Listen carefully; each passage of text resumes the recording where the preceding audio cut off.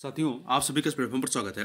यहाँ पर हम लोग आगामी परीक्षाओं के लिए महत्वपूर्ण करंट अफेयर देख रहे हैं। इसी कड़ी में जो है पीसीएस सिंप्लीफाइड जो कोचिंग संस्था है, इनके द्वारा जो है करंट अफेयर्स एमसीक्यू फॉर्म में करंट अफेयर प्रकाशित किए गए हैं और ये करंट अफेयर अगस्त 2023 मंथ के हैं। तो अगस्त 2023 मंथ के जितने भी महत्वपूर्ण करंट अफेयर हैं, उन करंट अफेयर को यहाँ एमसीक्यू फॉर्म में दिया गया है। इससे पहले जो है इनके द्वारा जुलाई 2023 के महत्वपूर्ण करंट अफेयर को दिया जा चुका है। तो यहाँ पर हम लोग जो है अगस्त 2023 के महत्वपूर्ण करंट अफेयर को इस वीडियो में देखेंगे। तो चलिए प्रारंभ करते हैं। पहले राष्ट्रीय सेक्शन के तहत जो करंट अफेयर है उनको देख लेते हैं। पहला प्रश्न है कि चंद्रयान 3 और चंद्रयान 2 लैंडिंग स्थलों के संबंध में निम्नलिखित कथनों पर विचार करना है कि कौन से कथन यहाँ पर सही है। तो देखिए, पहला, पीएम ने चंद्रयान 3 की लैंडिंग साइट का नाम तिरंगा रखा है। ये कथन आपका गलत है, क्योंकि तिरंगा नहीं रखा गया है, बल्कि पीएम ने चंद्रयान 3 की लैंडिंग साइट का नाम क्या रखा है? शिव शक्ति रखा है। शिव शक्ति रखा है। और दूसरा कथन जो है इसका कि चंद्रयान 2 लैंडिंग स्थल को शिव शक्ति नाम दिया गया, नहीं, जो चंद्रयान 2 था उसके लैंडिंग स्थल को तिरंगा के नाम से, मतलब उसका नामकरण तिरंगा किया गया। तो इस प्रकार से दो के दोनों कथन यहां पर गलत है। डी ऑप्शन हो जाएगा। आगे बढ़ते हैं। देखिए, अगला प्रश्न है कि निम्नलिखित कथनों पर विचार कीजिए। दो कथन दिए गए हैं, बताना इनमें से कौन सा या से सही है। पहला है, केंद्रीय मंत्री नितिन गडकरी ने नई दिल्ली में दुनिया की पहली 100% इथेनॉल संचालित कार पेश की है। ये कथन आपका सही है। दूसरा, यह गाड़ी 40% इथेनॉल और 60% इलेक्ट्रिक एनर्जी से चलेगी। ये दो के दोनों कथन सही हैं, इसलिए सी ऑप्शन यहां पर आपका सही हो जाएगा। आगे बढ़ते हैं। अगला है यहां पर यूरिया गोल्ड। यूरिया गोल्ड में सल्फर कोटिंग, यूरिया गोल्ड में सल्फर कोटिंग से फसलों को कैसे लाभ होता है? तो इससे यह जो है पौधों को नाइट्रोजन की धीमी गति से रिहाई प्रदान करता है। यह पौधों को नाइट्रोजन की धीमी गति से रिहाई प्रदान करता है। ठीक है, तो यहाँ पे यूरिया गोल्ड के बारे में बात करें। देखिए, पीएम मोदी ने किसानों के लिए यूरिया गोल्ड लॉन्च किया है। भारत के मतलब प्रधानमंत्री ने राजस्थान के सीकर में एक कार्यक्रम के दौरान यूरिया गोल्ड लॉन्च किया है। यूरिया गोल्ड यूरिया जो है यूरिया उर्वरक की एक नई किस्म है जो सल्फर से लेपित है। यह सल्फर कोटिंग के कारण नाइट्रोजन की धीमी रिलीज तंत्र पौधों को निरंतर पोषक तत्व प्रदान करता है, धीरे धीरे प्रदान करता है। आगे बढ़ते हैं। नई दिल्ली में अखिल भारतीय शिक्षा समागम 2023 का उद्घाटन निम्नलिखित में से किसने किया है? तो इसका उद्घाटन भारतीय प्रधानमंत्री नरेंद्र मोदी जी के द्वारा किया गया है नई दिल्ली के प्रगति मैदान में। ठीक है, आगे बढ़ते हैं। अगला प्रश्न है आपका, देखिए, डीजी यात्रा सुविधा के संबंध में निम्नलिखित कथनों पर विचार कीजिए। यहां पर दो कथन आपको दिए गए, बताना है कौन सा सही है। पहला है, हाल ही में गुवाहाटी इंटरनेशनल एयरपोर्ट पर डीजी यात्रा सुविधा शुरू की गई है, या शुरू हुई, सही है। यह ऐसा करने वाला नॉर्थ ईस्ट का पहला एयरपोर्ट बन गया, ये भी सही है। दो के दोनों कथन यहाँ पर सही है, तो यहाँ पर आपका सी ऑप्शन हो जाएगा। ठीक है, अगला है, निम्नलिखित में से किस भारतीय राज्य या क्षेत्र को सजावटी धातु के बर्तनों और पीतल के बर्तनों के लिए प्रसिद्ध जलेसर धातु शिल्प के लिए भौगोलिक संकेत जीआई टैग प्रदान किया गया है या प्राप्त हुआ है? तो यह उत्तर प्रदेश के जलेसर धातु शिल्प को जो है जीआई टैग दिया गया है, तो सी ऑप्शन। ठीक है, इसके अतिरिक्त गोवा का जो मनकुराड आम है इसे दिया गया है। गोवा के गोवन बेबिनका, जिसे गोवा की मिठाइयों की रानी कहते हैं, इसे जीआई टैग दिया गया है। और वहीं राजस्थान के 4 चीजों को जीआई टैग दिया, किसको किसको? उदयपुर कोफ्तगारी धातु शिल्प, बीकानेर काशी दकारी शिल्प, जोधपुर बंधेज शिल्प और बीकानेर उस्ता कल्प शिल्प। आगे बढ़ते हैं। तमिलनाडु के निम्नलिखित में से किस उत्पाद को भौगोलिक संकेत या जीआई टैग प्राप्त हुआ है? तो किसको दिया गया है? जदेरी नाम कट्टी को।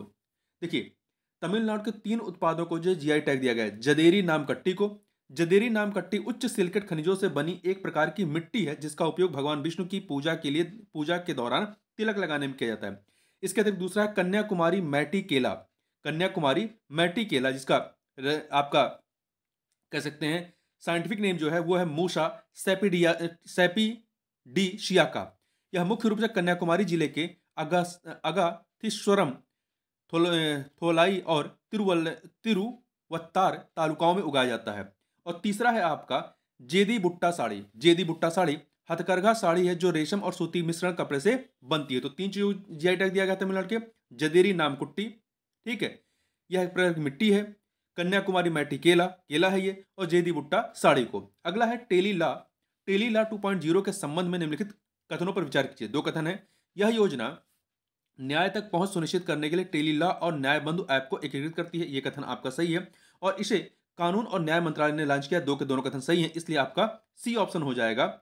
आगे बढ़ते हैं, अगला है, देखिए यहां पर यह योजना न्याय तक पहुंच सुनिश्चित करने के लिए टेली लॉ और न्याय बंधु ऐप को एकीकृत करती है, इंटीग्रेट करती है। अगला क्वेश्चन है 9 नंबर, हाल ही में कहां भारत के पहले 3D मुद्रित डाकघर भवन का उद्घाटन किया गया? तो ये आपका बेंगलुरु में, कर्नाटक के बेंगलुरु में किया गया है।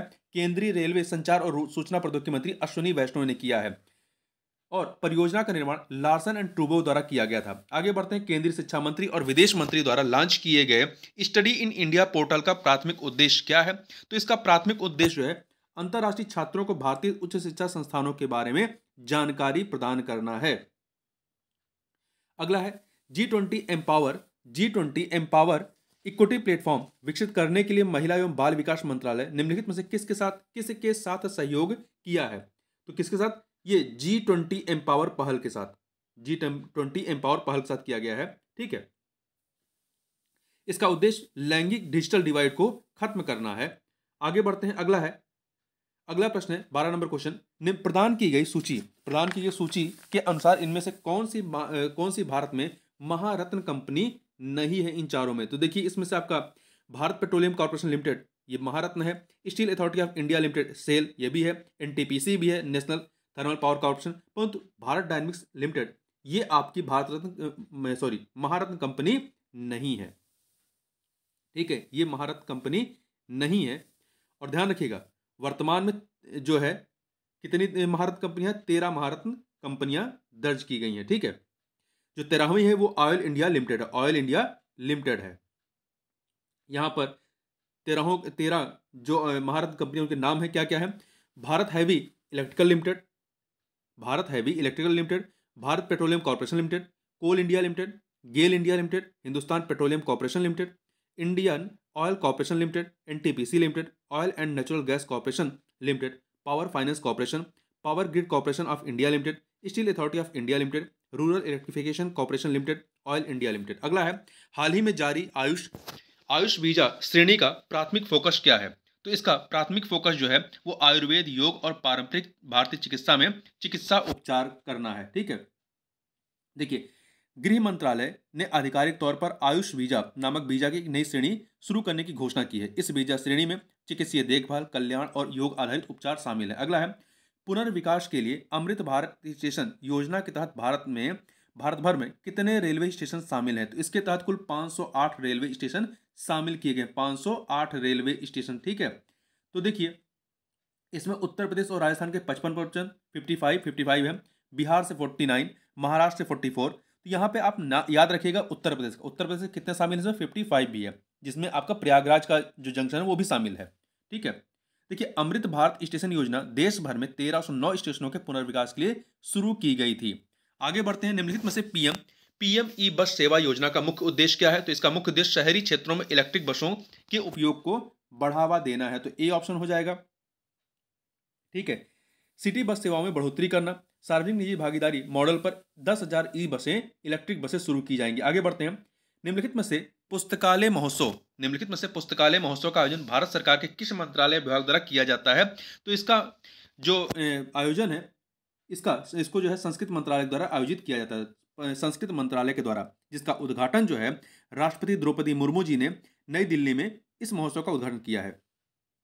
देखिए एक राष्ट्र एक डिजिटल लाइब्रेरी के राष्ट्रीय लक्ष्य को प्राप्त करने के लिए भारत की राष्ट्रीय वर्चुअल लाइब्रेरी विकसित की जा रही है। आगे बढ़ते हैं, हाल ही में केंद्रीय कैबिनेट ने किस परियोजना के लिए 1.39 लाख करोड़ रुपए के बजट को मंजूरी दी है? तो किसके लिए? भारत नेट परियोजना के लिए जो है 1.39 लाख करोड़ रुपए की बजट की मंजूरी दी गई है। देखिए केंद्रीय मंत्रिमंडल ने fibre to home internet connection को लागू करने के लिए Bharat broadband network limited BSNL और ग्राम स्तरीय उद्यमियों के बीच साझेदारी को मंजूरी प्रदान की है। देखिए भारत नेट परियोजना के बारे में बात करें, इसे 2011 में राष्ट्रीय ऑप्टिक फाइबर नेटवर्क पहल के रूप में अनुमोदित किया गया था, NOFN के रूप में। बाद में इसका नाम बदल करके भारत नेट कर दिया गया। आगे बढ़ते हैं, निम्नलिखित में से राजस्थान राज्य गुरु गोरखनाथ बोर्ड का प्राथमिक फोकस क्या है? तो स्टार्टअप्स को वित्तीय सहायता प्रदान करना। ठीक है, देखिए और ये जो बोर्ड है वो सामाजिक न्याय एवं अधिकारिता विभाग के द्वारा प्रारंभ किया गया था। आगे बढ़ते हैं। निम्नलिखित में से खुले बाजार में चावल और गेहूं की बिक्री किस योजना के तहत होगी? निम्नलिखित में से खुले बाजार में चावल और गेहूं की बिक्री किस योजना के तहत होगी? तो खुली बाजार बिक्री योजना, खुली बाजार बिक्री योजना OMSS के तहत ई नीलामी के जरिए। ठीक है, तो यहाँ पे सी ऑप्शन हो जाएगा, सी ऑप्शन हो जाएगा। ठीक है, आगे बढ़ते हैं। अगला है चिकरी वुड क्राफ्ट, जिसे हाल ही में भौगोलिक संकेतक या जीआई टैग की मान्यता दी गई है, निम्नलिखित में से किस राज्य से संबंधित है? तो यह जम्मू कश्मीर का चिकरी वुड क्राफ्ट और मुशक बुद्धजी चावल को जीआई टैग प्रदान किया गया है। ठीक है, तो ये जो चिकरी वुड क्राफ्ट है, ये जम्मू कश्मीर के राजौरी जिले के चिकरी लकड़ी शिल्प की कलात्मकता और अनंतनाग जिले के मुशक बुद्धजी चावल को भौगोलिक संकेतक या जीआई टैग दिया गया। आगे बढ़ते हैं। हाल ही में हरियाणा सरकार द्वारा शुरू की गई हरियाणा प्राणवायु देवता पेंशन योजना का मुख्य उद्देश्य क्या है? तो इसका मुख्य उद्देश्य जो है 75 वर्ष या उससे अधिक आयु के पेड़ों को 2500 की वार्षिक पेंशन की पेशकश करना। ठीक है, 75 वर्ष या उससे अधिक आयु के पेड़ों को 2500 की वार्षिक पेंशन की पेशकश करना। देखिए, प्राणवायु देवता पेंशन योजना, देखिए हरियाणा सरकार ने 75 साल से अधिक उम्र वाले पेड़ों के लिए हरियाणा प्राणवायु देवता पेंशन नामक योजना की शुरुआत की है। इस योजना के तहत 75 वर्ष की आयु पूर्ण कर चुके पेड़ों की बात कर रहे हैं, वृक्षों की, को 2500 रुपए वार्षिक प्रदान की जाएगी और वृद्धावस्था सम्मान पेंशन के बाद यह पेंशन राशि प्रतिवर्ष समानुपात में बढ़ाई जाएगी। आगे बढ़ते हैं। निम्नलिखित में से कौन मुख्य चुनाव आयुक्त और चुनाव आयुक्तों की नियुक्ति के लिए प्रस्तावित चयन समिति संरचना का हिस्सा नहीं है? तो इसमें देखिए, इसमें भारत के मुख्य न्यायाधीश, प्रधानमंत्री, लोकसभा में विपक्ष के नेता, ये है, परंतु मुख्य चुनाव आयुक्त इसमें शामिल नहीं है। परंतु वर्तमान में जो अभी आपका विधेयक लाया गया है या जो अधिनियम लाया गया है, उसमें भारत के मुख्य न्यायाधीश को इस संरचना से हटा दिया गया है। प्रधानमंत्री, लोकसभा में विपक्ष के नेता और प्रधानमंत्री के द्वारा चुने गए एक कैबिनेट मंत्री इसमें शामिल होंगे। आगे बढ़ते हैं। यहां पर अगला प्रश्न है, भारत में स्कूली छात्रों के लिए इसरो के सहयोग से नीति आयोग द्वारा शुरू किए गए राष्ट्रीय अंतरिक्ष नवाचार चुनौती 2023 का प्राथमिक उद्देश्य क्या है? राष्ट्रीय अंतरिक्ष नवाचार चुनौती 2023 का, तो इसका उद्देश्य स्कूली छात्रों को भारतीय अंतरिक्ष अर्थव्यवस्था में चुनौतियों के लिए तैयार करना। ठीक है, तो यहाँ पर सी ऑप्शन हो जाएगा। यह जो है कक्षा 5 से 12वीं तक के विद्यार्थी 20 सितंबर तक इसमें भाग लेकर के आधुनिक अंतरिक्ष तकनीकी समस्याओं के समाधान के लिए नवाचार प्रस्तुत कर सकते हैं। आगे बढ़ते हैं। हाल ही में यूनिटी मॉल के निर्माण के लिए भारत सरकार से पहली मंजूरी किस राज्य को मिली है? तो यह मिली है मध्य प्रदेश को। किसको मिली है? मध्य प्रदेश को मिली है।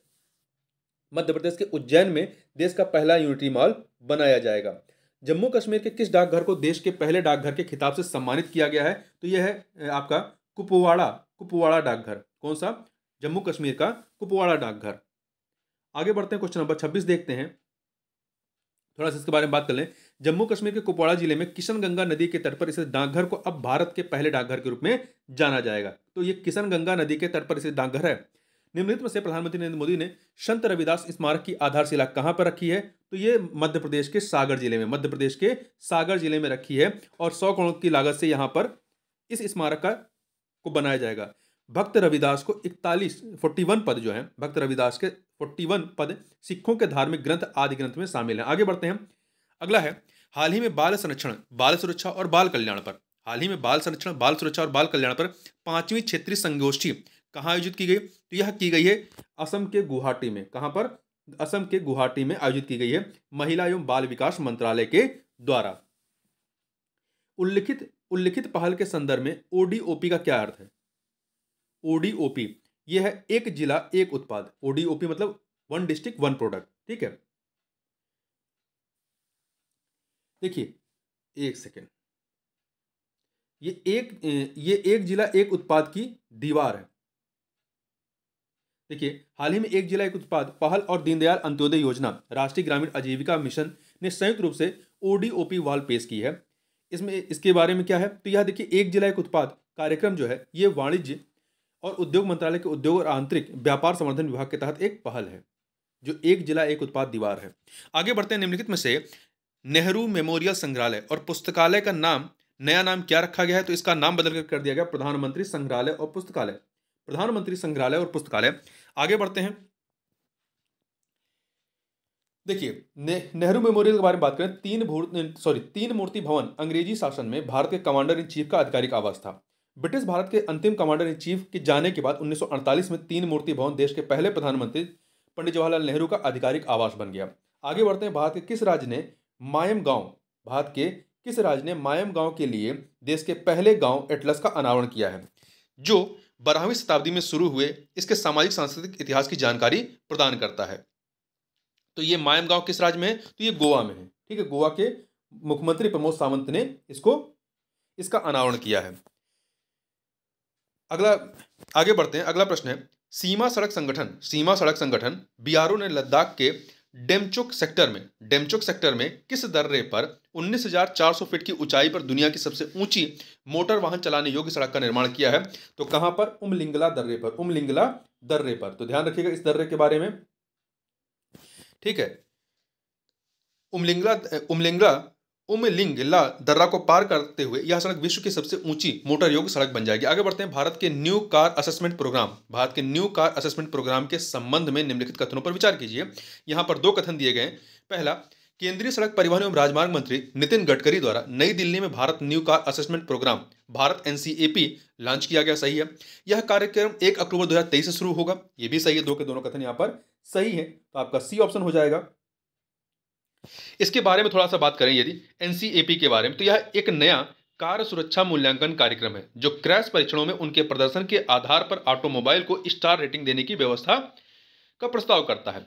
भारत NCAP के लॉन्च के साथ भारत अब अमेरिका, चीन, जापान और दक्षिण कोरिया 4 देशों के बाद इस तरह का स्वदेशी कार क्रैश टेस्ट प्रोग्राम रखने वाला विश्व का 5वां देश बन गया है। आगे बढ़ते हैं, मेरा बंगाल व्यसन मुक्त बंगाल अभियान के संबंध में निम्नलिखित कथनों पर विचार कीजिए। यहां पर दो कथन दिए गए हैं, बताना सही कौन सा। पहला, राष्ट्रपति द्रौपदी मुर्मू ने असम में ब्रह्म कुमारीज द्वारा आयोजित नशा मुक्त भारत अभियान के तहत मेरा बंगाल व्यसन मुक्त बंगाल अभियान का शुभारंभ किया। यह कथन गलत है। राष्ट्रपति द्रौपदी मुर्मू ने कोलकाता के राजभवन में ब्रह्म कुमारीज द्वारा आयोजित नशा मुक्त भारत अभियान के तहत मेरा बंगाल व्यसन मुक्त बंगाल अभियान का शुभारंभ किया है, ना कि असम में।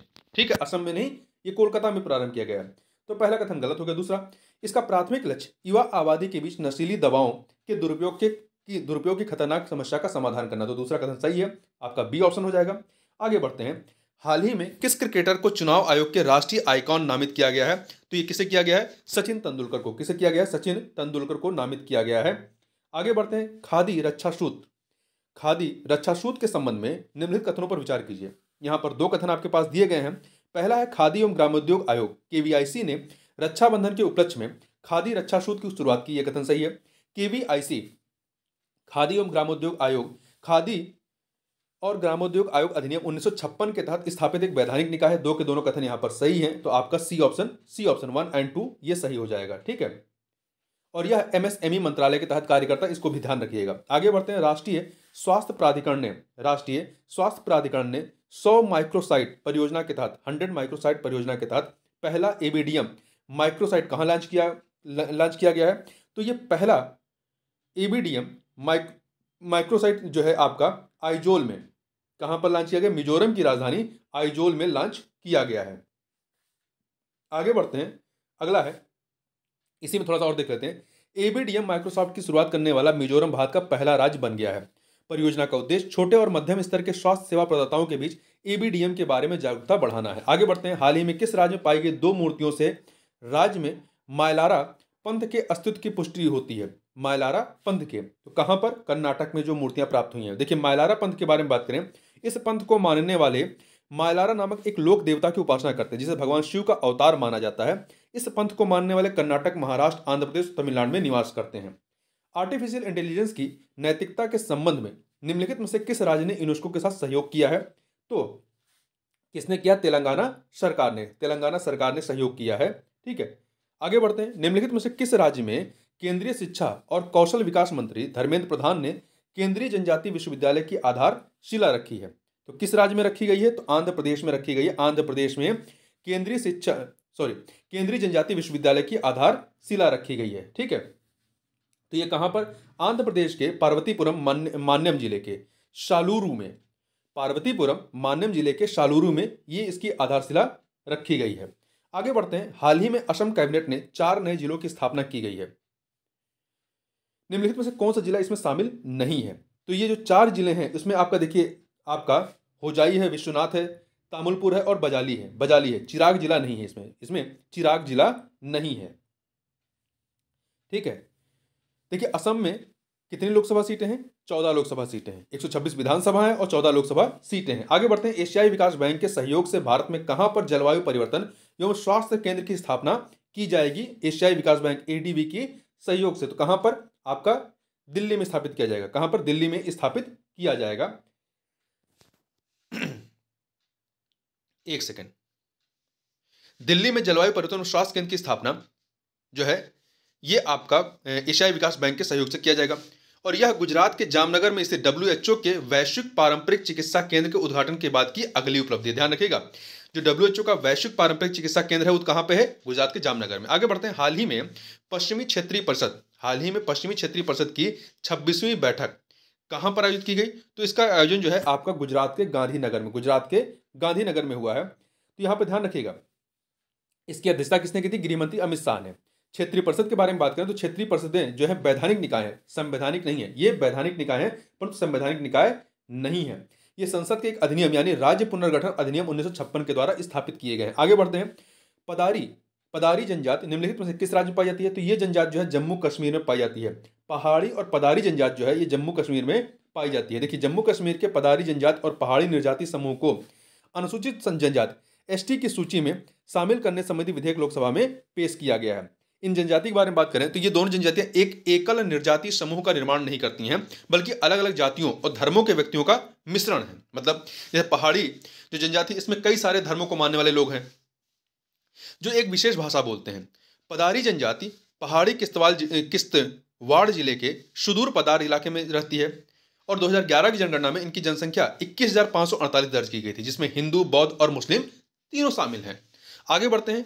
आदि पेरक्कू जिसे पथिनेट्टम पेरक्कू के नाम से भी जाना जाता है, मुख्य रूप से भारत में किस समुदाय द्वारा मनाया जाता है? ये जो आदि पेरक्कू है तो ये जो है तमिल समुदाय के द्वारा मनाया जाता है। तमिल समुदाय के द्वारा मनाया जाने वाला एक त्योहार है। आगे बढ़ते हैं। अगला है, अब अंतरराष्ट्रीय घटनाक्रमों से संबंधित महत्वपूर्ण करंट अफेयर को देखते हैं। तो पहला है, जलवायु और आपदा लचीलेपन के साथ साथ सड़क सुरक्षा कारकों पर ध्यान केंद्रित करते हुए बिहार में राजमार्गों के उन्नयन के लिए 295 मिलियन डॉलर का ऋण प्रदान करने के लिए किस संगठन ने भारत सरकार से साझेदारी की है? तो ये साझेदारी की है अंतरराष्ट्रीय मुद्रा कोष ने, IMF ने, अंतरराष्ट्रीय मुद्रा कोष ने। इससे बिहार के लगभग 265 किलोमीटर राज्य राजमार्गों को जलवायु और आपदा प्रतिरोधी डिजाइन और सड़क सुरक्षा कारकों के साथ उन्नत बनाने के लिए ये जो है सहमत बनी है। आगे बढ़ते हैं। यहां पर एशियाई विकास बैंक के बारे में यदि बात करें, एशियाई विकास बैंक, एक सेकेंड, यहां पे उत्तर जो है वो गलत है। ये IMF नहीं है बल्कि एशियाई विकास बैंक है। हमने अंतरराष्ट्रीय मुद्रा कोष कहा, ये गलत है, यहाँ पे बी होना चाहिए। ठीक है। तो एशियाई विकास बैंक ने ये ऋण प्रदान किया है, एशियाई विकास बैंक ने। एशियाई विकास बैंक एक क्षेत्रीय विकास बैंक है जिसकी स्थापना 19 दिसंबर 1966 को हुई थी। इसका मुख्यालय कहाँ है? फिलीपींस की राजधानी मनीला में। आगे बढ़ते हैं। इंडिया स्टैक के संबंध में भारत और पापुआ न्यू गिनी के बीच हस्ताक्षरित समझौता ज्ञापन का प्राथमिक फोकस क्या है? इसका प्राथमिक फोकस है डिजिटल पहचान, डेटा और भुगतान सेवाओं का समर्थन करना। तो यहां पर सी ऑप्शन हो जाएगा। ठीक है।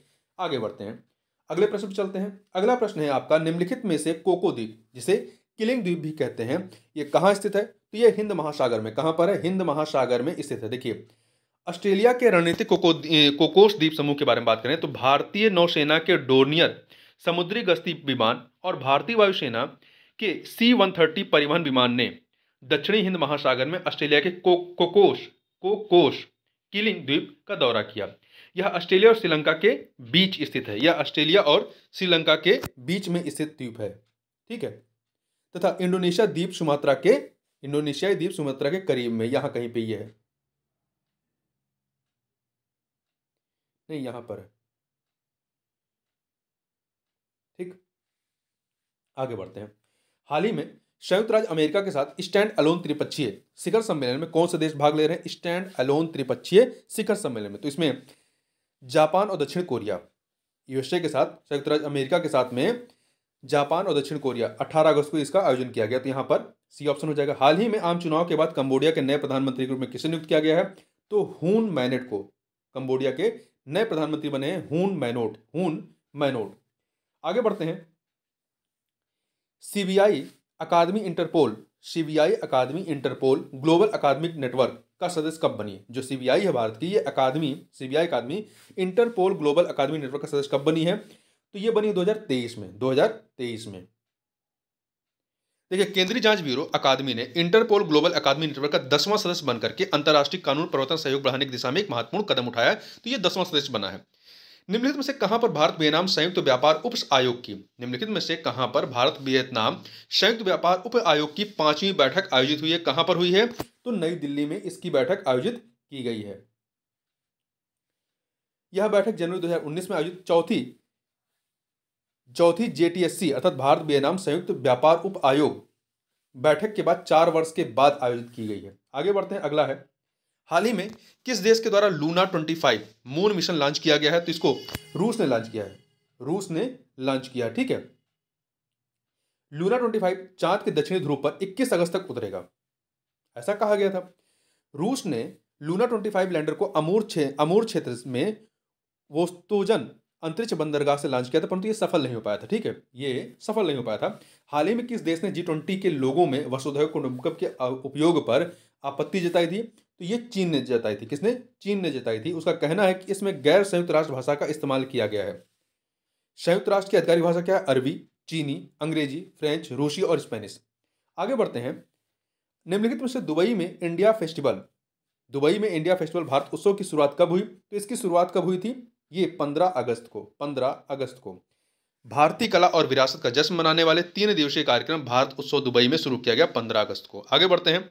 अगला है, हाल ही में पाकिस्तान के अंतरिम प्रधानमंत्री के रूप में किसने शपथ ली? तो ये है अनवारुत हक कक्कड़ ने ली है। आगे बढ़ते हैं। और ये 8वें कार्यवाहक प्रधानमंत्री बने वहां के। निम्नलिखित कथनों पर विचार कीजिए। 2 कथन यहां पर दिए गए हैं, बताना है सही कौन से है। पहला है, कनाडा सरकार ने देश के पश्चिमी ब्रिटिश कोलंबिया क्षेत्र में आपात स्थिति घोषित की है, सही है। दूसरा, आपात स्थिति घोषणा पश्चिम किलोना शहर के आसपास के क्षेत्र में बाढ़ के फैलने से अधिक घरों के नष्ट होने की आशंका के बाद की गई है। तो ये पहला कथन तो सही है, दूसरा कथन आपका गलत है। क्यों? देखिए, पश्चिमी ब्रिटिश कोलंबिया क्षेत्र में आपातकाल की घोषणा की गई है। कनाडा सरकार ने 18 अगस्त 2023 को देश के पश्चिमी ब्रिटिश कोलंबिया क्षेत्र में आपात स्थिति घोषित कर दी है।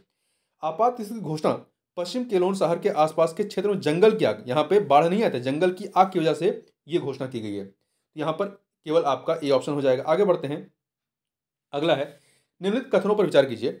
निम्नलिखित कथनों पर यहाँ पर हमें विचार करना है और बताना कौन सा सही है। यहाँ पर 2 कथन आपके पास दिए गए हैं। पहला है, अमेरिकी खाद्य एवं औषध प्रशासन FDA ने नवजात शिशुओं को रेस्पिरेटरी सिंकाइटियल वायरस RCSB से बचाने वाले पहले टीके को मंजूरी दी है, ये सही है। दूसरा, संयुक्त राज्य अमेरिका ऐसा पहला देश बना है जिसने गर्भवती महिलाओं के लिए टीकों को मंजूरी दी है। तो ये 2 के दोनों कथन सही हैं, इसलिए यहाँ पर आपका सी ऑप्शन हो जाएगा 1 और 2। आगे बढ़ते हैं। और इस टीके का निर्माण किसने किया? फाइजर ने, ये ध्यान रखिएगा। अगला है, हाल ही में किसे थाईलैंड के प्रधानमंत्री के रूप में चुना गया है? तो किसे चुना गया है थाईलैंड के प्रधानमंत्री के रूप में? श्रेथा थाविसिन को। अगला है, टेपको TEPCO ने संयंत्र से उपचारित रेडियोधर्मी जल को प्रशांत महासागर में छोड़ना प्रारंभ कर दिया। यह कंपनी किस देश से संबंधित है? तो ये आपकी जापान से संबंधित है।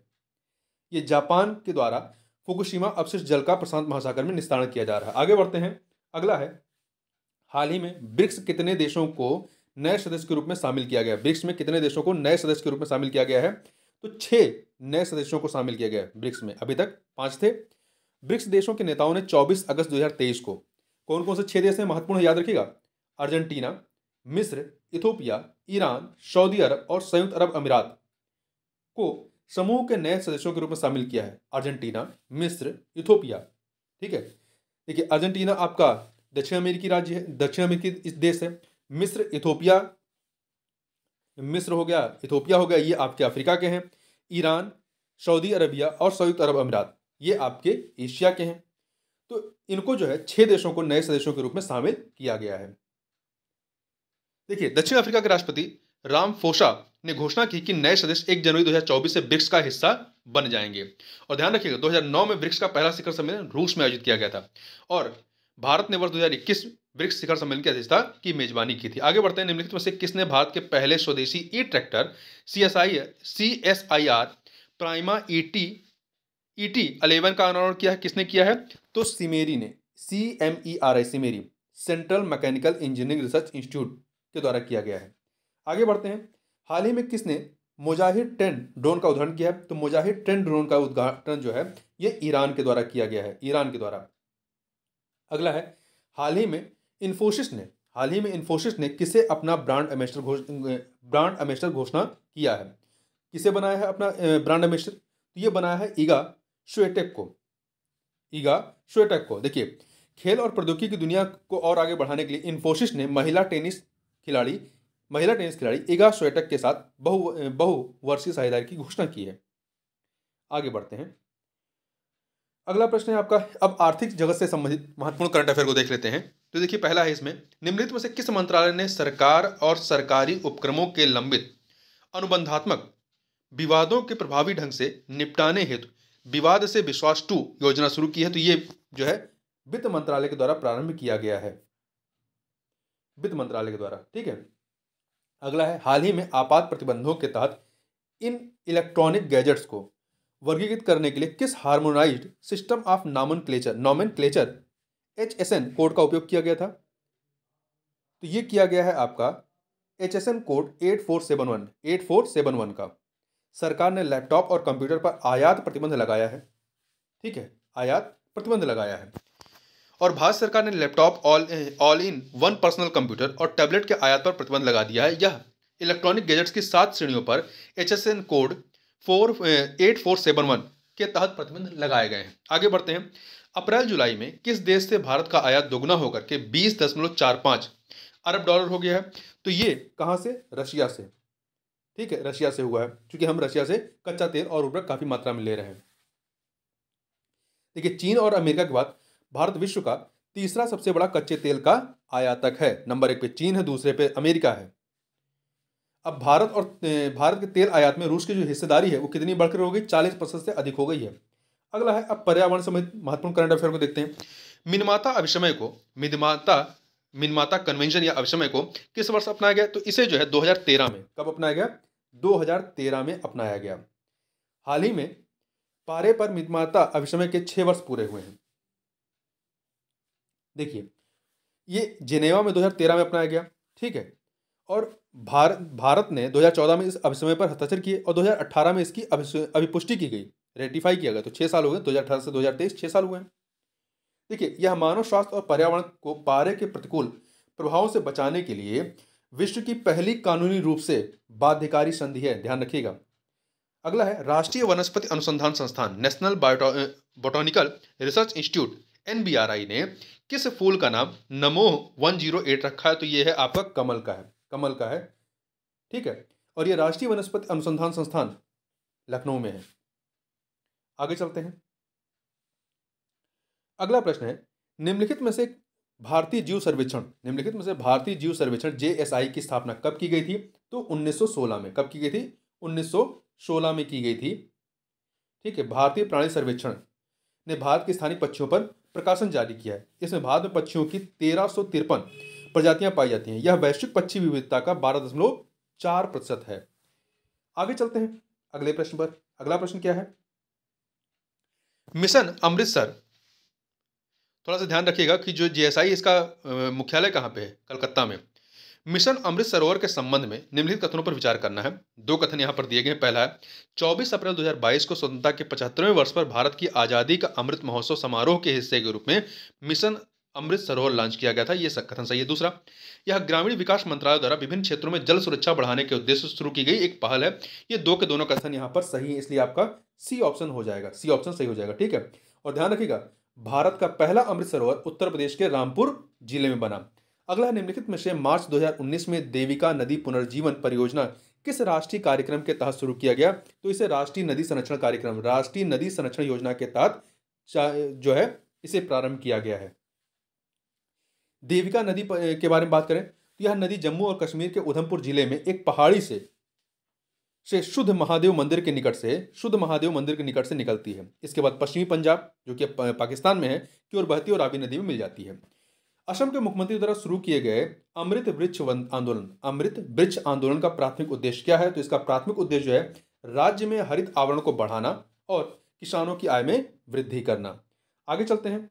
अगला है निम्नलिखित में से किस राज्य सरकार द्वारा शेयरों को ट्रैक करने के लिए सिंह सूचना ऐप लॉन्च किया गया है? तो ये लॉन्च किया है गुजरात ने। किसने?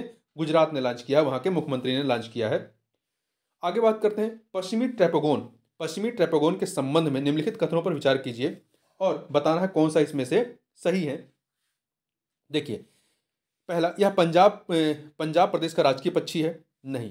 जो पश्चिमी ट्रैपेगोन है ट्रैगोपैन, ये पंजाब का राजकीय पक्षी नहीं है।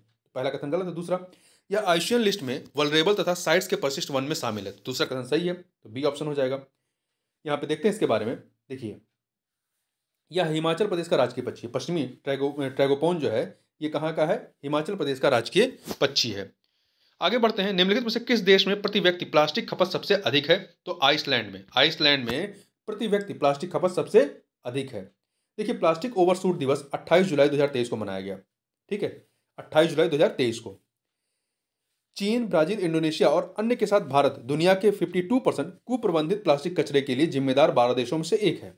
आइसलैंड प्रति व्यक्ति 128.9 किलोग्राम प्लास्टिक खपत के साथ सूची में शीर्ष पर है, जबकि भारत की प्रति व्यक्ति खपत कितनी है? 5.3 किलोग्राम है। यदि आप आइसलैंड से कंपेयर करें तो बहुत कम है। आइसलैंड में एक व्यक्ति जो है 128.9 किलोग्राम प्लास्टिक खर्च करता है और भारत में 5.3 किलोग्राम, जो वैश्विक औसत 20.9 किलोग्राम से काफी कम है। आगे बढ़ते हैं। निम्नलिखित में से बॉम्बे नेचुरल हिस्ट्री सोसाइटी की स्थापना कब की गई? तो इसकी स्थापना कब की गई थी? 1883 में की गई थी। ठीक है, ध्यान रखिएगा। 15 सितंबर 1883 को भारतीय उपमहाद्वीप में प्राकृतिक इतिहास और संरक्षण को बढ़ावा देने के प्राथमिक उद्देश्य के साथ किया गया था। और अभी चर्चा में क्यों आया था? क्योंकि हाल ही में असम राज्य के गुवाहाटी चिड़ियाघर ने भारत में पहली बार कैद में दुग्राह हिमालयी गिद्ध या जिप्स हिमालयसिस का सफलतापूर्वक प्रजनन करा करके एक उपलब्धि हासिल की है।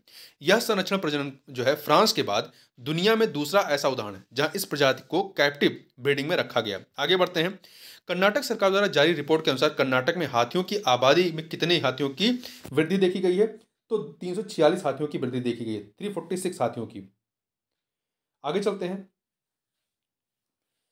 अगला है, देखिए, यहाँ पे बादीपुर टाइगर रिजर्व है, नागरहोल टाइगर रिजर्व है, जहाँ पे हाथी पाए जाते हैं कर्नाटक में। और भारत में कुल कितने हाथी अभयारण्य कितने हैं? 33 हैं, यह ध्यान रखिएगा, 33 हैं, 33। निम्नलिखित में से किसे राजस्थान का 5वां बाघ रिजर्व घोषित किया गया है? तो किसे किया गया है?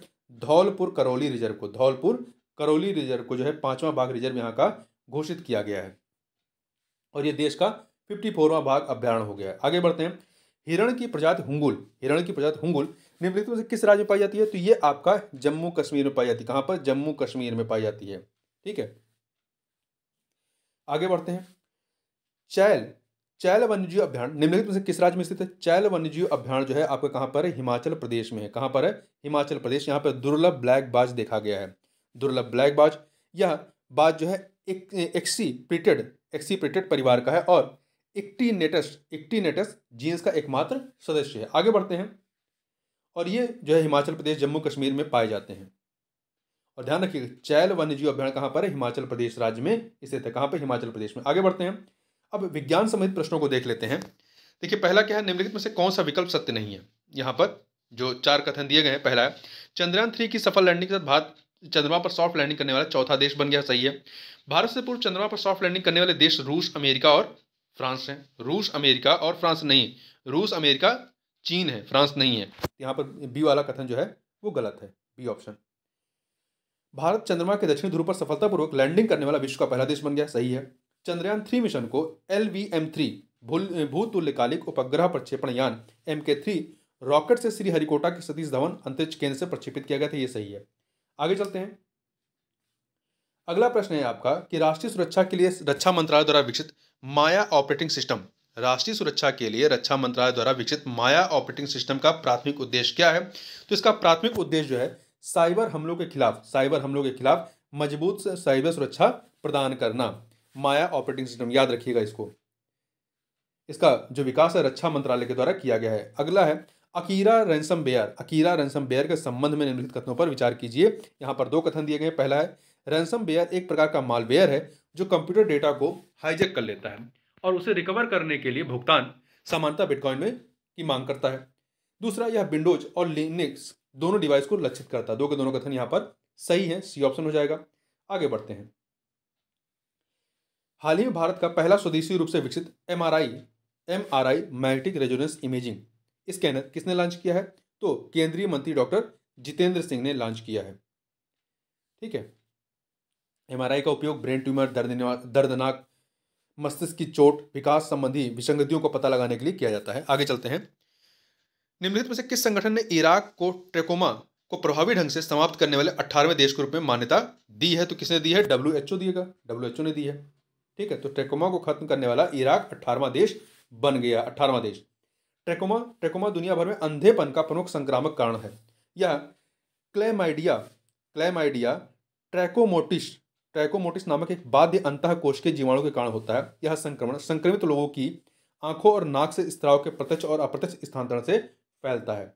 आगे बढ़ते हैं। अगला है हाल ही में IoT आधारित स्वचालित मृदा परीक्षण और कृषि सलाहकार मंच भूविजन आधिकारिक तौर पर किस संस्थान में लॉन्च किया गया था? तो इसे जो है ICAR हैदराबाद के द्वारा लॉन्च किया गया था। यहां पर ए ऑप्शन हो जाएगा। आगे बढ़ते हैं।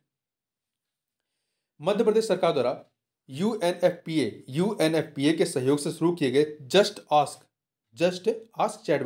चैटबॉट का प्राथमिक उद्देश्य क्या है? तो इसका उद्देश्य है किशोरों और युवा वयस्कों को सामाजिक मुद्दों और यौन और प्रजनन स्वास्थ्य और अधिकारों संबंधी जानकारी प्रदान करना।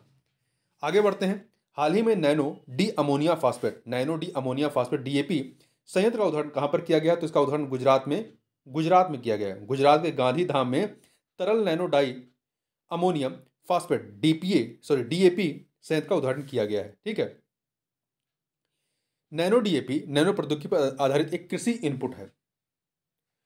यह पौधों में नाइट्रोजन और फास्फोरस जैसे पोषक तत्वों की आपूर्ति करता है। और Indian farmers fertiliser cooperative limited अर्थात इफ्को नैनो उर्वरक का उत्पादन करने वाली विश्व की पहली कंपनी है।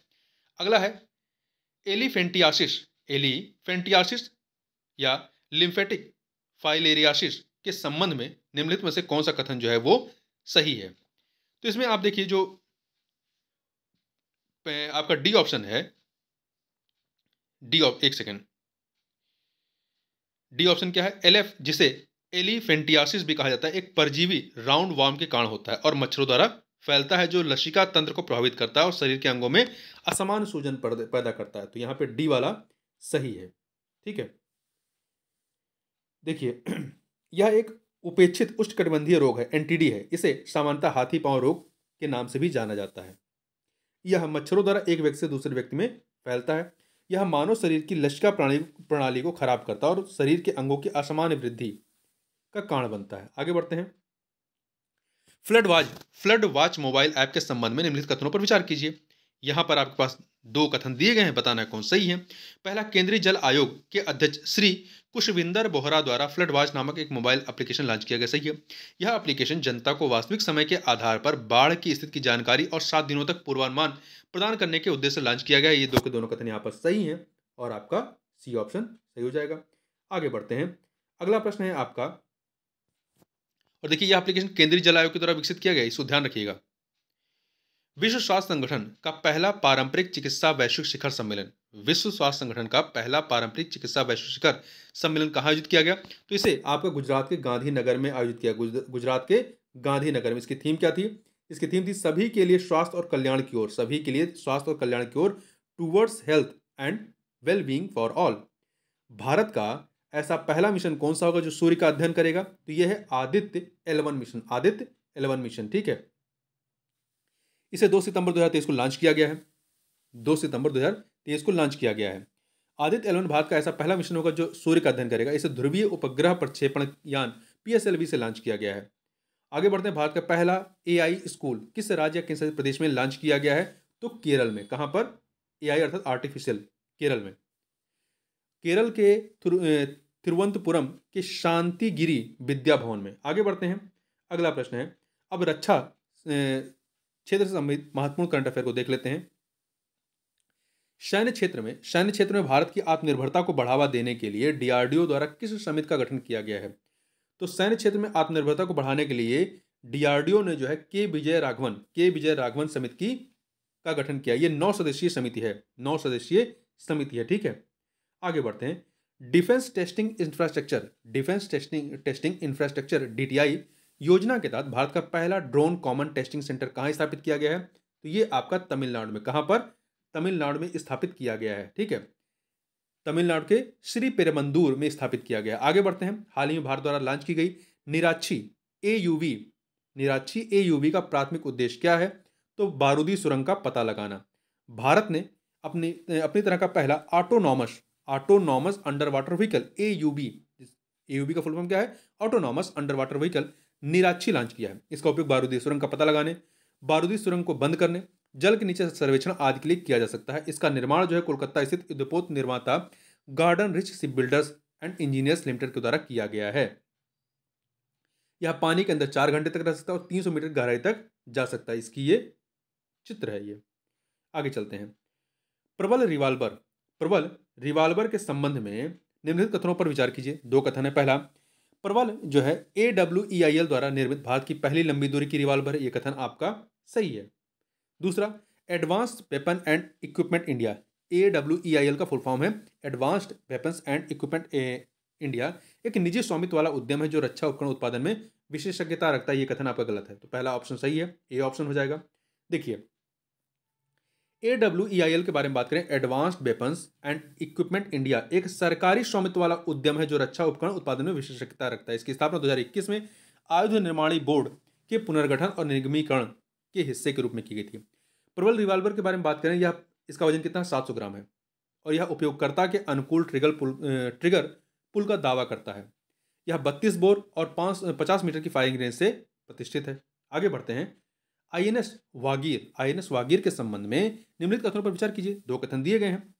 देखिए, पहला, यह स्कॉर्पियन श्रेणी की दूसरी पनडुब्बी है। यह कथन आपका गलत है, यह कथन आपका गलत है। ये आपकी दूसरी नहीं है, ठीक है, ये आपकी दूसरी नहीं है, तो ये गलत है। दूसरा, इसे अभ्यास मालाबार 23 एवं आश इंडेक्स 23 में शामिल किया गया, तो दूसरा कथन सही है। यहां पे बी ऑप्शन हो जाएगा। एक सेकेंड, यहां ध्यान रखिएगा कि ये दूसरी नहीं है बल्कि छठी है, ठीक है, छठी पनडुब्बी है। आगे चलते हैं, 99 नंबर क्वेश्चन, मिसाइल अस्त्र के संबंध में निम्नलिखित कथनों पर विचार कीजिए। यहां पर 2 कथन दिए गए हैं।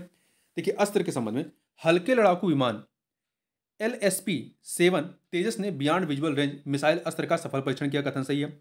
अस्त्र एक हवा से हवा में मार करने वाली मिसाइल है। 2 के दोनों कथन यहां पर सही है, तो सी ऑप्शन हो जाएगा। आगे बढ़ते हैं, अब विभिन्न रिपोर्टों संबंधित महत्वपूर्ण करंट अफेयर को देख लेते हैं। देश में 10 लाख से अधिक आबादी वाले शहरों की श्रेणी में 200 में से 187 अंकों के साथ किस शहर ने प्रथम स्थान प्राप्त किया है? तो यह है मध्य प्रदेश के इंदौर ने स्वच्छ वायु सर्वेक्षण रैंकिंग में इंदौर ने शीर्ष स्थान प्राप्त किया है, ठीक है। आगे चलते हैं, अगला है B20 शिखर सम्मेलन का आयोजन निम्नलिखित में से किस स्थान पर आयोजित किया गया? तो इसका आयोजन जो है कहां पर किया गया? नई दिल्ली में। देखिए, 20 अगस्त को भारत के वित्त मंत्री ने विदेश मंत्री और शिक्षा मंत्री के साथ दिल्ली में आयोजित 3 दिवसीय B20 शिखर सम्मेलन में पार्टिसिपेट किया। B20 का मतलब है बिजनेस 20, वैश्विक व्यापार समुदाय के साथ आधिकारिक G20 संवाद मंच है। इसकी थीम क्या है? देखिए, B20 इंडिया की थीम है रेज, RAISE रेज। इसका मतलब है जिम्मेदार, त्वरित, नवोन्वेषी, टिकाऊ, न्यायसंगत व्यवसाय। आगे बढ़ते हैं, इंडिया स्मार्ट सिटीज अवार्ड्स प्रतियोगिता 2022 में किस राज्य को शीर्ष राज्य घोषित किया गया है? तो शीर्ष राज्य किसे घोषित किया गया है? मध्य प्रदेश को। दूसरे नंबर पर तमिलनाडु है, तीसरे पे राजस्थान है। तो मध्य प्रदेश तमिलनाडु, राजस्थान ये शीर्ष क्रम में है। शीर्ष केंद्र शासित प्रदेश कौन सा है? वो है चंडीगढ़। चंडीगढ़ याद रखिएगा। आगे बढ़ते हैं। यहां पर अब सम्मेलन समेत महत्वपूर्ण करंट अफेयर को देख लेते हैं। भारत की G20 अध्यक्षता के तहत G20 एम्पावर शिखर सम्मेलन का आयोजन निम्नलिखित में से किस स्थान पर आयोजित नहीं किया गया? तो देखिए, गांधीनगर में हुआ, गांधीनगर में, तिरुवनंतपुरम में, आगरा में, परंतु लखनऊ में इसका आयोजन नहीं किया गया था। ठीक है, तो देखिए इसकी पहली बैठक आगरा, उत्तर प्रदेश के आगरा में, दूसरी केरल के तिरुवनंतपुरम में आयोजित की गई थी।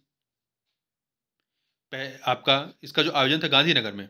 ठीक है, तीसरा जो है गांधीनगर, पहला आपका आगरा में, दूसरा तिरुवनंतपुरम में, और तीसरा जो है गांधीनगर में, लखनऊ में नहीं हुआ। आगे बढ़ते हैं। अगला है निम्नलिखित में से भारत में 5वां विश्व कॉफी सम्मेलन कब और कहां आयोजित किया जाएगा? तो यह जो है आपका बेंगलुरु में 25 से 28 सितंबर के मध्य में आयोजित किया गया है, 5वां विश्व कॉफी सम्मेलन। ठीक है, इसको याद रखिए। इसकी थीम क्या थी? Sustainability through circular economy and regenerative agriculture. इसको ध्यान रखिएगा। ये 5वां था। तो इसके पहले 2016 में इथोपिया में हुआ था, चौथा, तीसरा ग्वाटेमाला में, दूसरा ब्राजील में, पहला इंग्लैंड में हुआ था 2001 में। आगे बढ़ते हैं। निम्नलिखित में से कहां पर 7वीं वैश्विक पर्यावरण सुविधा GEF global environment facility assembly कहां आयोजित हुई? तो ये आपका वैंकूवर में, कनाडा के वैंकूवर में आयोजित की गई, 7वीं। ठीक है, आगे चलते हैं। अगला जो है, एक सेकेंड, अगला है योजना और पोर्टल समेत महत्वपूर्ण करंट अफेयर को देखते हैं।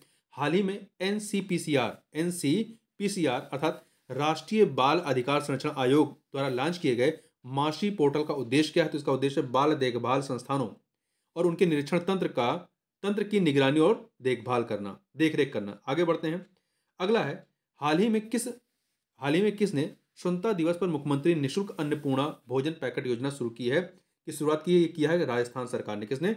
राजस्थान सरकार ने। आगे बढ़ते हैं। विश्वकर्मा योजना के संबंध में निम्नलिखित कथनों पर विचार कीजिए। 2 कथन यहां पर दिए गए हैं। पहला, 77वें स्वतंत्रता दिवस के अवसर पर राष्ट्र को संबोधित करते हुए पीएम मोदी ने विश्वकर्मा योजना की घोषणा की। यह कथन आपका सही है। बजट 2022 में विश्वकर्मा योजना की घोषणा की गई थी? नहीं, 2023 में की गई थी। तो पहला सही, दूसरा गलत है, तो ए ऑप्शन हो जाएगा आपका, ए ऑप्शन। ठीक है, आगे बढ़ते हैं। राष्ट्रीय प्रशिक्षुता संवर्धन योजना के संबंध में निम्नलिखित कथनों पर विचार कीजिए। निम्नलिखित कथनों पर यहां पर विचार करना है और बताना सही कौन सा। तो यहां पर आपके 2 कथन दिए गए हैं। पहला है केंद्रीय शिक्षा तथा कौशल विकास एवं उद्यमिता मंत्री धर्मेंद्र प्रधान ने राष्ट्रीय प्रशिक्षुता संवर्धन योजना में प्रत्यक्ष लाभ अंतरण डीबीटी की शुरुआत की है। यह कथन आपका सही है, पहला। दूसरा, देश में प्रशिक्षुता व प्रशिक्षण कार्यक्रमों को बढ़ावा देने के लिए 19 अगस्त 2020 को राष्ट्रीय प्रशिक्षुता प्रोत्साहन योजना शुरू की गई थी। यह कथन गलत है, पहला सही है, तो ए ऑप्शन हो जाएगा। तो देखिए, राष्ट्रीय प्रशिक्षुता प्रोत्साहन योजना 2019 में नहीं बल्कि 19 अगस्त 2016 को प्रारंभ की गई थी। आगे बढ़ते हैं। केंद्र सरकार द्वारा शुरू किए गए ई केयर पोर्टल का प्राथमिक उद्देश्य निम्नलिखित में से क्या है? तो ई केयर पोर्टल का जो उद्देश्य है विदेशों से मृत भारतीय नागरिकों की स्वदेश वापसी प्रक्रिया में तेजी लाना है। आगे बढ़ते हैं। केंद्रीय गृह एवं सहकारिता मंत्री अमित शाह ने सहकारी समितियों के केंद्रीय पंजीयक CRCS कार्यालय के डिजिटल पोर्टल का शुभारंभ कहां से किया है? तो पुणे से, महाराष्ट्र के पुणे से इसका शुभारंभ किया गया है। हाल ही में सुप्रीम कोर्ट ने ई पास प्राप्त करने की अनुमति के लिए कौन सा पोर्टल लॉन्च किया है? तो यह सुस्वागतम पोर्टल है। कौन सा? सुस्वागतम पोर्टल लॉन्च किया है।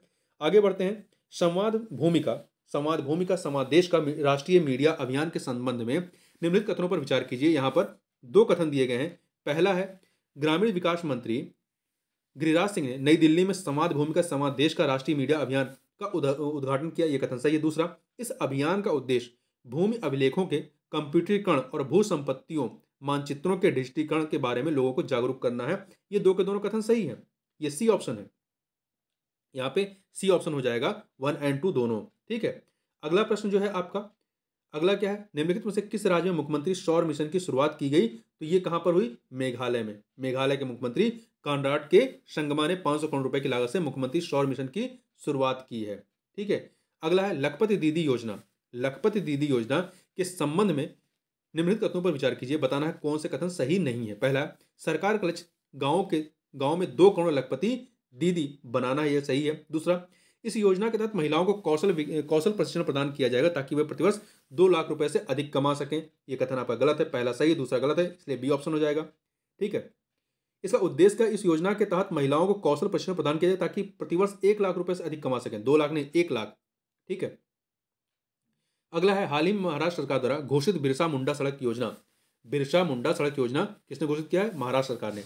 इसका प्राथमिक उद्देश्य क्या है, राज्य के आदिवासी क्षेत्रों में सड़क कनेक्टिविटी में सुधार करना है। ठीक है, इस योजना के तहत राज्य के 17 जिलों के आदिवासी क्षेत्रों में सड़क कनेक्टिविटी को बढ़ाया जाना है। ठीक है, आगे बात करते हैं। अगला है यूपी स्पेशल समिति महत्वपूर्ण करंट अफेयर को देख लेते हैं। ये महत्वपूर्ण है यूपी स्पेशल वाला सेक्शन जो है। मुख्यमंत्री कमांड सेंटर एवं सीएम डैशबोर्ड का शुभारंभ मुख्यमंत्री योगी आदित्यनाथ ने किस शहर में इसका उद्घाटन किया है, तो कहां पर किया है, लखनऊ में। ठीक है, लखनऊ में किया है, लखनऊ के श्री लाल बहादुर शास्त्री भवन में किया गया है। आगे चलते हैं।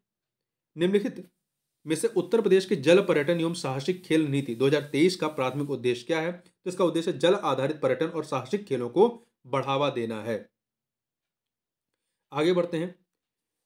उत्तर प्रदेश सरकार द्वारा किस जिले में भारत का सबसे बड़ा आईटी हब बनाने की घोषणा की गई, कहां पे, लखनऊ में बनाने की घोषणा की गई है, लखनऊ में। अगला है उत्तर प्रदेश का कौन सा जिला ई ऑफिस ढांचा अपनाने वाला राज्य का पहला जिला बन गया है, तो यह है आपका कन्नौज। कौन सा है, कन्नौज बन गया है। ठीक है, अब पुरस्कार समेत महत्वपूर्ण करंट अफेयर को देख लेते हैं। 69वें राष्ट्रीय फिल्म पुरस्कार 2023 के संबंध में निम्नलिखित कथनों पर विचार करना। 2 कथन यहाँ पर दिए गए हैं, बताना सही कौन सा। पहला, आर माधवन द्वारा निर्देशित रॉकेटरी द नबी इफेक्ट ने सर्वश्रेष्ठ फीचर फिल्म का पुरस्कार प्राप्त किया है, नहीं। ये किसने किया है, नहीं, कौन सा सही नहीं ये बताना, ये कथन सही है। दूसरा, तेलुगु अभिनेता अल्लू अर्जुन ने film Pushpa the rise part 1 के लिए सर्वश्रेष्ठ अभिनेता का पुरस्कार प्रदान किया गया है, तो दूसरा भी सही है। यहां पर सही कौन सा नहीं, कोई भी गलत नहीं, इसलिए डी ऑप्शन हो जाएगा। ठीक है, तो यहां पर देखिए, इसमें हिंदी फिल्म गंगूबाई, काठियावाड़ी और सरदार उधम सिंह को 5 पुरस्कार मिले हैं। इसके अतिरिक्त आगे बढ़ते हैं। देखिए, सर्वश्रेष्ठ अभिनेता का पुरस्कार जो है अल्लू अर्जुन को दिया गया है, जबकि सर्वश्रेष्ठ अभिनेत्री का पुरस्कार जो है वो आलिया भट्ट और कृति सेनन दोनों को दिया गया है। ठीक है, बेस्ट हिंदी फिल्म कौन सी, सरदार उधम है। Best supporting actress the Kashmir file के लिए पल्लवी जोशी हैं।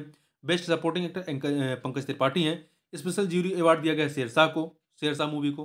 ठीक है, नरगिस दत्त अवार्ड राष्ट्रीय एकता सर्वश्रेष्ठ फिल्म द कश्मीर फाइल को दिया गया है। आगे बढ़ते हैं। अगला है आपका, प्रधानमंत्री नरेंद्र मोदी को the grand cross of the order of honour सम्मान प्रदान किया गया। यह सम्मान निम्नलिखित में किस देश से संबंधित है, तो यह ग्रीस का सम्मान है, ग्रीस के द्वारा दिया गया है। प्रधानमंत्री मोदी को ग्रीस के दूसरे सबसे बड़े नागरिक सम्मान, पहला नहीं है, दूसरा है, दूसरा सबसे बड़ा नागरिक सम्मान the grand cross of the order of honour सम्मानित किया गया। और प्रधानमंत्री नरेंद्र मोदी यह सम्मान पाने वाले पहले विदेशी शासनाध्यक्ष हैं, ध्यान रखिएगा, महत्वपूर्ण है। हाल ही में महाराष्ट्र सरकार द्वारा पहले उद्योग रत्न पुरस्कार किसे सम्मानित किया गया है, रतन टाटा जी को। ठीक है, रतन टाटा जी को प्रदान किया गया है। हाल ही में पुणे में लोकमान्य तिलक राष्ट्रीय पुरस्कार से किसे सम्मानित किया गया है और पुरस्कार की राशि किस उद्देश्य से दी गई है, तो ये दिया गया नरेंद्र मोदी जी को, और जो पुरस्कार राशि है वो नमामि गंगे परियोजना को दी गई है। ठीक है, यह पुरस्कार प्रतिवर्ष 1 अगस्त को लोकमान्य तिलक की पुण्यतिथि पर प्रस्तुत किया जाता है। आगे बढ़ते हैं। अगला है, और ध्यान रखिएगा, लोकमान्य तिलक की विरासत का सम्मान करने के लिए तिलक स्मारक मंदिर ट्रस्ट द्वारा 1983 में इस पुरस्कार की स्थापना की गई थी। निम्नलिखित में से कारगिल एक यात्री की जुबानी पुस्तक के लेखक कौन है, तो इसके लेखक हैं ऋषि राज हैं। अगला है, निम्नलिखित में से किसे सशक्त महिला आइकन पुरस्कार सम्मानित किया गया है, तो ये मायरा ग्रोवर को दिया गया है। लेखिका और नई दिल्ली सोशल वर्कर्स एसोसिएशन की सचिव मायरा ग्रोवर को ब्रिटेन की संसद के हाउस ऑफ लॉर्ड्स द्वारा मानसिक कल्याण पर लेखिका के रूप में प्रतिष्ठित महिला आइकॉन पुरस्कार से सम्मानित किया गया है। यह पुरस्कार समारोह ब्रिटेन की संसद के प्रतिष्ठित हाउस ऑफ लॉर्ड्स में हुआ, जो इसके अंतर्राष्ट्रीय महत्व का प्रतीक है। निम्नलिखित में से किसे पहले RICS दक्षिण एशिया पुरस्कारों में लाइफ टाइम अचीवमेंट अवार्ड से सम्मानित किया गया है, तो यह दिया गया सुभाष रुनवाला को। ठीक है, आगे चलते हैं। हाल ही में किस ट्यूलिप गार्डन को वर्ल्ड बुक ऑफ रिकॉर्ड्स में शामिल किया गया है? तो ये श्रीनगर ट्यूलिप गार्डन को किया गया, श्रीनगर ट्यूलिप गार्डन को। ये कहाँ पे? जबरमान पर्वत श्रृंखला की तलहटी में स्थित Indira Gandhi memorial tulip garden ने वर्ल्ड बुक ऑफ रिकॉर्ड्स में, world book of record London में प्रतिष्ठित गौरव हासिल किया है। यह सम्मानित मान्यता एशिया में सबसे बड़े ट्यूलिप स्वर्ग के रूप में बगीचे की स्थिति का उत्सव मनाती है। आगे बढ़ते हैं, अगला है, अब नियुक्तियों संबंधित महत्वपूर्ण करंट अफेयर को यहाँ पे देख लेते हैं। तो देखिए अगला प्रश्न है, निम्नलिखित में से सॉल्ट लेक सिटी यूटा में एफबीआई के फील्ड कार्यालय के प्रमुख के रूप में किसे नामित किया गया है? सोहनी सिन्हा को। किसको? सोहनी सिन्हा को नामित किया गया है। ठीक है, आगे बढ़ते हैं, अगला है प्रश्न कि हाल ही में उड़ीसा उच्च न्यायालय के 33वें मुख्य न्यायाधीश के रूप में किसे नियुक्त किया गया है? तो न्यायमूर्ति एस ताला पात्रा को, न्यायमूर्ति एस ताला पात्रा को। अगला निम्नलिखित में से संयुक्त राष्ट्र के सामाजिक विकास आयोग के 62वें सत्र का अध्यक्ष किसे नियुक्त किया गया है? तो ये नियुक्त किया गया है रुचिरा कंबोज को, रुचिरा कंबोज को नियुक्त किया गया है। देखिए, भारत के संयुक्त राष्ट्र दूत रुचिरा कंबोज ने सामाजिक विकास आयोग के 62वें सत्र की अध्यक्षता संभाली है। 1975 के बाद यह पहली बार है कि भारत ने सामाजिक विकास आयोग के भीतर यह पद संभाला है। हाल ही में भारत में राष्ट्रीय मूल्यांकन और प्रत्यायन परिषद नैक NAAC के नए निदेशक के रूप में किसे नियुक्त किया गया है? तो ये नियुक्त किया गया प्रोफेसर गणेशन कन्नावीरन को। ठीक है, आगे बढ़ते हैं, और इस संस्था का मुख्यालय कहाँ पे है? कर्नाटक के बेंगलुरु में। निम्नलिखित में से जाजरी किरखोन के स्थान पर टेस्ला के नए मुख्य वित्तीय अधिकारी के रूप में किसे नियुक्त किया गया है? तो ये वैभव तनेजा को नियुक्त किया गया है। निम्नलिखित में से किसे LIC का प्रबंध निदेशक नियुक्त किया गया है? तो ये किया गया है किसको? आर दुरईस्वामी को। निम्नलिखित में से किसे राष्ट्रीय हरित प्राधिकरण का अध्यक्ष NGT का अध्यक्ष के रूप में नियुक्त किया गया? किसे नियुक्त किया गया? AK गोयल को नियुक्त किया गया है। ठीक है, एक सेकेंड, AK गोयल तो पहले थे, ये किया गया है प्रकाश श्रीवास्तव को, यहाँ पे B होगा। ठीक है, न्यायमूर्ति प्रकाश श्रीवास्तव को NGT अध्यक्ष के रूप में नियुक्त किया गया है। ये AK गोयल का स्थान ग्रहण करेंगे, महत्वपूर्ण याद रखिएगा। आगे बात करते हैं, अगला है, निम्नलिखित में से किसे वाईकॉम 18 के डिजिटल बिजनेस का नया CEO नियुक्त किया गया है? तो ये किरण मणि को। आगे बढ़ते हैं, अब दिवस से संबंधित महत्वपूर्ण करंट अफेयर को देख लेते हैं। निम्नलिखित में से विश्व रेंजर दिवस प्रतिवर्ष कब मनाया जाता है? तो ये मनाया जाता है 31 जुलाई को। और इस बार की थीम क्या थी? 30/30। अगला है, निम्नलिखित में से विश्व स्तनपान सप्ताह 2023 का विषय क्या है और इसका प्राथमिक उद्देश्य क्या है? तो इसका देखिए, इसकी थीम क्या थी? आइए स्तनपान कराएं और काम करें। इसका उद्देश्य क्या है? विश्व स्तर पर कार्यस्थल से संबंधित स्तनपान प्रथाओं के बारे में जागरूकता बढ़ाना। तो यहाँ पे B ऑप्शन हो जाएगा। आगे बढ़ते हैं, अगला है, और ये देखिए, ये जो प्रत्येक वर्ष जो है अगस्त के पहले सप्ताह में विश्व स्तनपान सप्ताह मनाया जाता है। निम्नलिखित में से वर्ल्ड वाइड वेब दिवस कब मनाया जाता है और वर्ल्ड वाइड वेब के आविष्कारक का श्रेय किसे दिया जाता है? तो देखिए, ये आपका मनाया जाता है 1 अगस्त को, और इसके आविष्कारक कौन थे? Tim Berners Lee. आगे बढ़ते हैं, निम्नलिखित में से राष्ट्रीय हथकरघा दिवस 2023 का विषय क्या रहा है? देखिए, प्रत्येक वर्ष 7 अगस्त को हथकरघा दिवस मनाया जाता है, और इस बार का थीम क्या थी? सतत फैशन के लिए हथकरघा, अर्थात हैंडलूम्स फॉर सस्टेनेबल फैशन, और पहली बार 7 अगस्त 2015 को मनाया गया था। आगे बढ़ते हैं, निम्नलिखित में से रविन्द्रनाथ टैगोर का प्रसिद्ध कविता संग्रह कौन सा जिसके लिए उन्हें साहित्य का नोबेल पुरस्कार दिया गया? गीतांजलि है। कौन सा है? गीतांजलि। तो देखिए, इनकी पुण्यतिथि जो है प्रत्येक वर्ष 7 अगस्त को मनाई जाती है।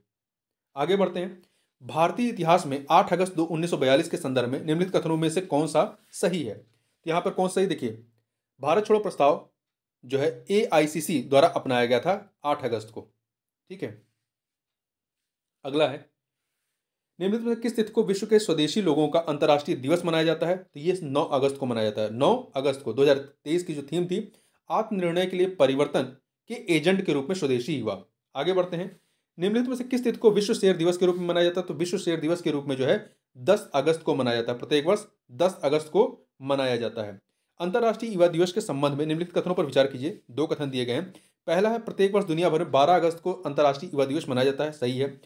दूसरा, वर्ष 1999 में यूरोपियन यूनियन ने इस तिथि को प्रत्येक वर्ष अंतर्राष्ट्रीय युवा दिवस के रूप में मनाने का फैसला किया था। यह कथन आपका गलत है। यूरोपीय यूनियन ने नहीं, बल्कि संयुक्त राष्ट्र संघ ने यह घोषणा की थी। तो यहाँ पर पहला कथन सही, दूसरा गलत है। ए ऑप्शन हो जाएगा आपका।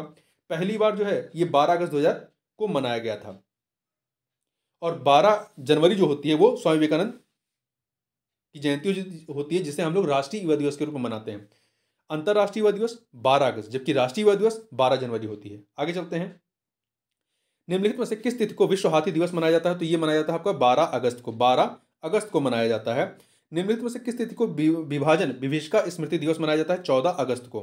14 अगस्त को। निम्नलिखित में से किस तिथि को आतंकवाद के पीड़ितों की स्मृति और श्रद्धांजलि के अंतर्राष्ट्रीय दिवस के रूप में मनाया जाता है? तो ये मनाया जाता है आपका 21 अगस्त को। 21 अगस्त को 2017 में इसको मनाने के लिए प्रारंभ किया गया था। अगला है आपका नौरोज। निम्नलिखित में से किससे संबंधित है? नौरोज जो है पारसी समुदाय से संबंधित एक त्यौहार है। नौरोज पारसी नववर्ष होता है, जो कि प्रत्येक वर्ष 16 अगस्त को मनाया जाता है। नौरोज का अर्थ होता है नया दिन, नया दिन होता है।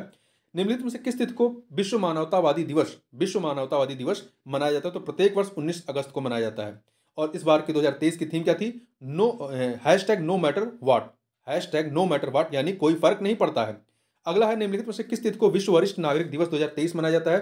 तो ये आपका 21 अगस्त को मनाया जाता है।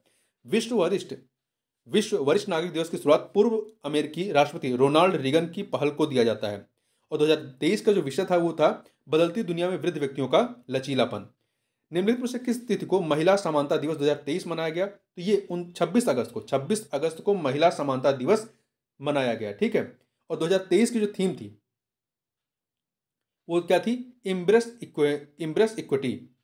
इक्विटी थी। तो ये कब मनाया गया? 26 अगस्त को। ठीक है, ध्यान रखिएगा 26 अगस्त को।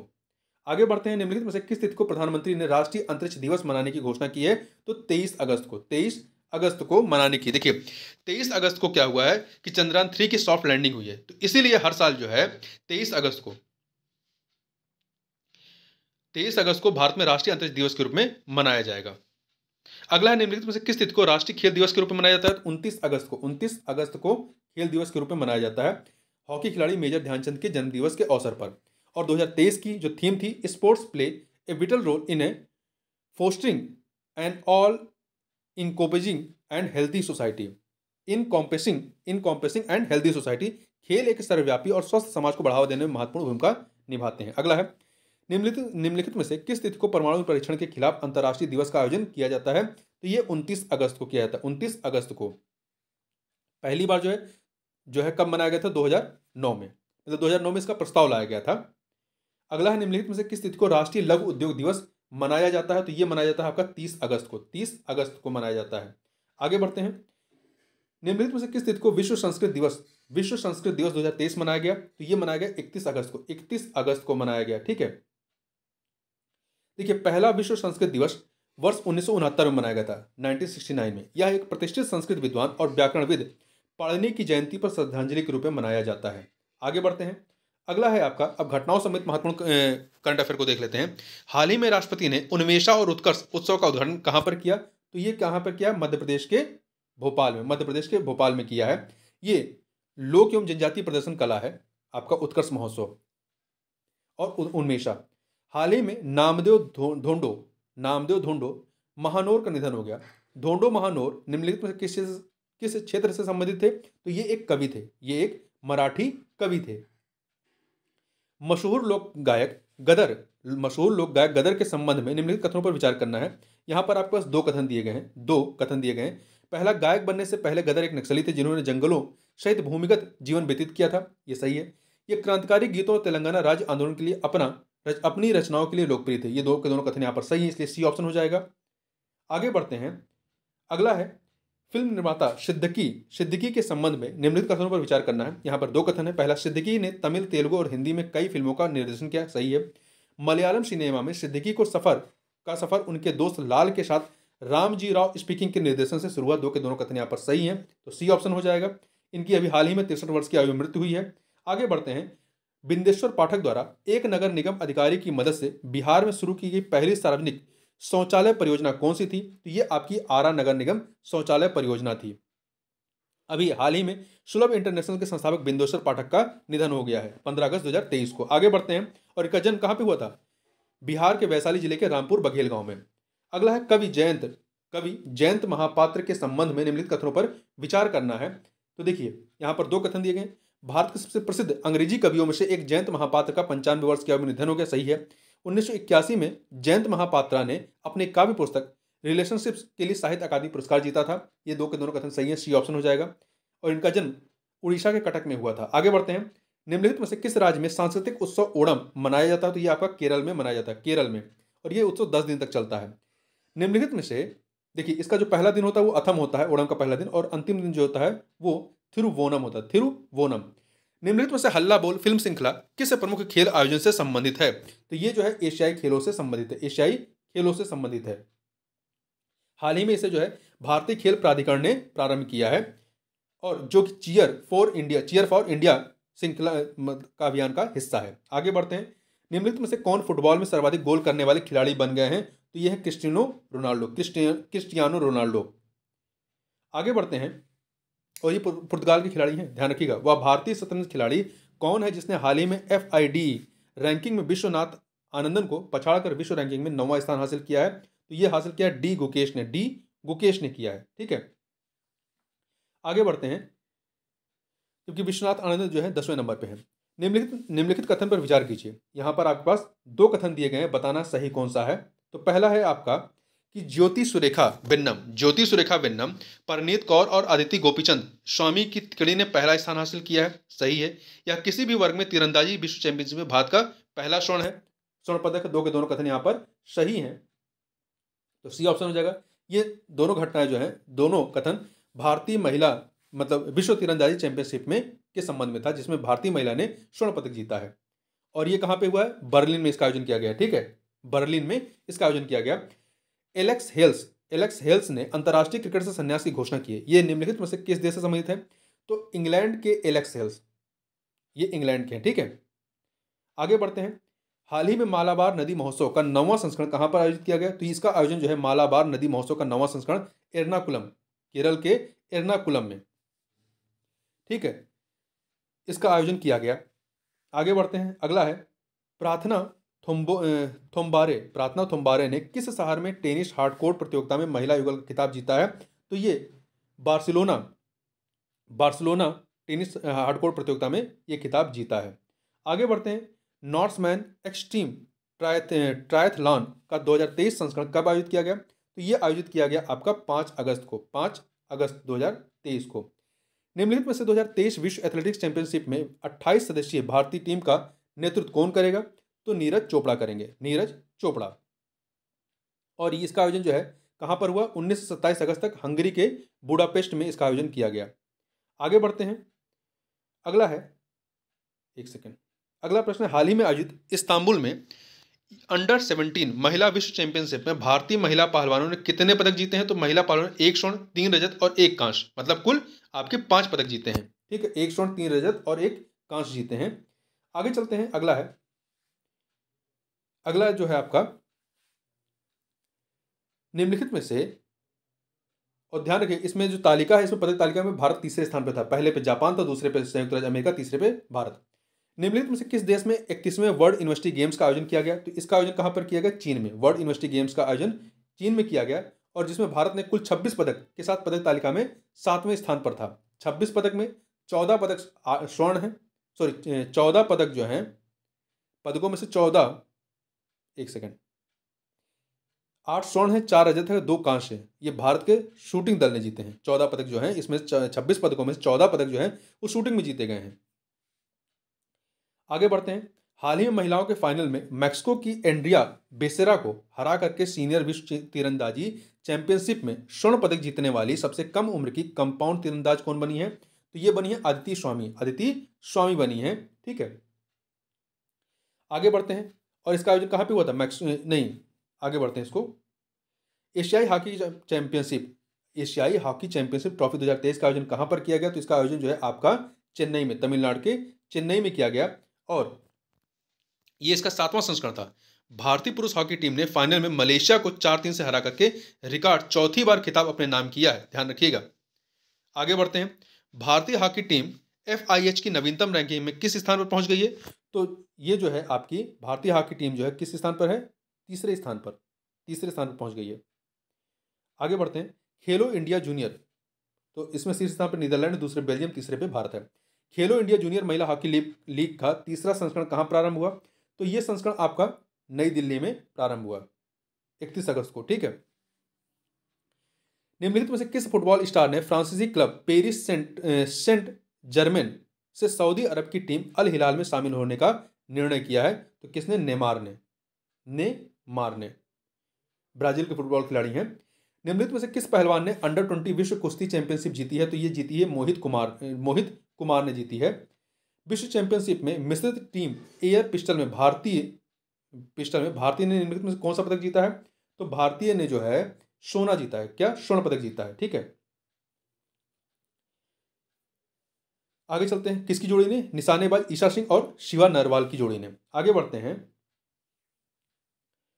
और ध्यान रखिएगा, भारत फिलहाल एक स्वर्ण और एक कांस्य पदक के साथ पदक तालिका में दूसरे स्थान पर, जबकि चीन जो है पहले स्थान पर है।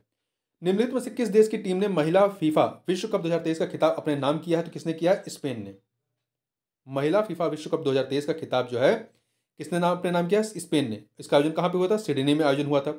और किसको हराया है? इंग्लैंड को हराया है। आगे चलते हैं।